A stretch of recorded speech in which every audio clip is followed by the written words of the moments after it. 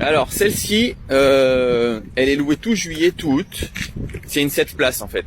On dirait pas, mais c'est une 7 places. Et donc la renta là, elle est pas mal puisqu'en juillet, elle me rapporte quasiment 1000 euros et en août aussi quasiment 1000 euros. Et je t'avoue que j'ai pas regardé là, mais en juin aussi elle est louée. En fait, elle est super bien louée. Je la loue sur GetAround principalement. Pourquoi? Parce qu'ils ont la tarification intelligente, ce qui permet de gérer par rapport à l'offre et la demande. Et en fait, cette voiture, du coup, elle est louée en fait relativement cher, hein, puisqu'en 15 jours, je te donne juste forcément, hein, puisque c'est 1000 euros par mois. Il y a un gars là qui l'a loué 15 jours, ça me revient perso à 500 euros.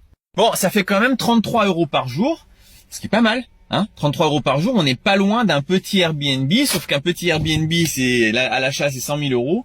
Cette voiture-là, je l'ai achetée 6 900 euros. Tu vois, donc on est quand même pas mal. Donc évidemment, c'est pas comme ça toute l'année. Là, c'est très particulier. Je suis sur la côte. C'est en juillet, août. Donc là, il y a beaucoup plus de demandes. En fait, en mai aussi. Hein. En mai, juin, juillet, août et septembre, j'ai beaucoup de demandes. Et après, j'ai moins de demandes. Donc moi, j'ai une technique pour revendre les véhicules 1000, 2000, 3000 euros plus cher que le prix d'achat. Tiens, je te montre la décapotable. Donc c'est celle-là, tu vois. Je l'ai mise aussi à la location. Et on va voir. Je viens de la mettre à la location, donc on va voir s'il y a de la demande ou pas.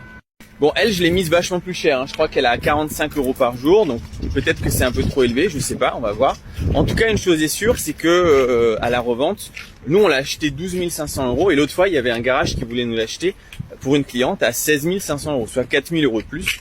Bon, il se trouve que l'acheteuse n'a pas eu son crédit. Mais bon, tu sais que c'est une plus-value latente, comme on appelle. C'est-à-dire que tu sais que le jour où tu revends, tu vas gagner un peu dessus.